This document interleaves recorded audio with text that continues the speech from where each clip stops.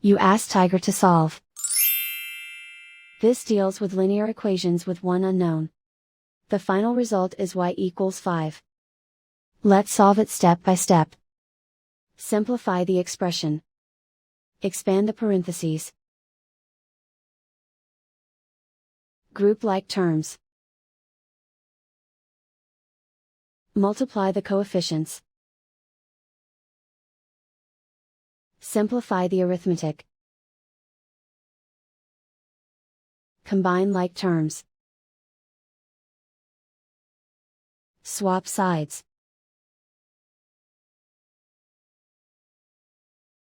Group all constants on the right side of the equation.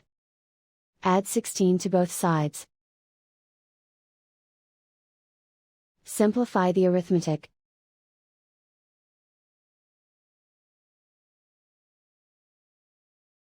And so the final result is y=5.